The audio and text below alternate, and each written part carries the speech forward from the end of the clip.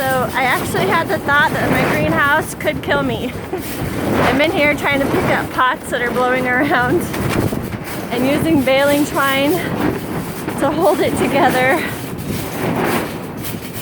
I don't even know if you can hear me.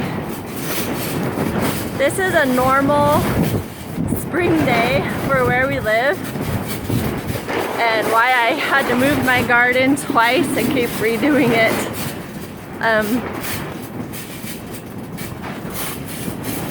I do have some plants in here. It's my catmint starts that I've been growing all winter. I need to cut the dead parts off, but I'm gonna wait a little longer. Anyway, the shelf I had all the pots on blew over, and this is scary. And I'm gonna be really mad if it breaks before I've even had it a whole year. We got this grating for free on here, and we used it around the pig pen.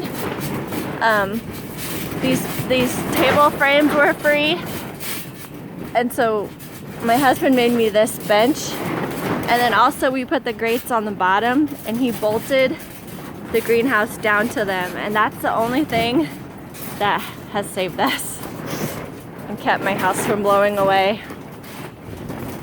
Hopefully it's not as windy where you guys are.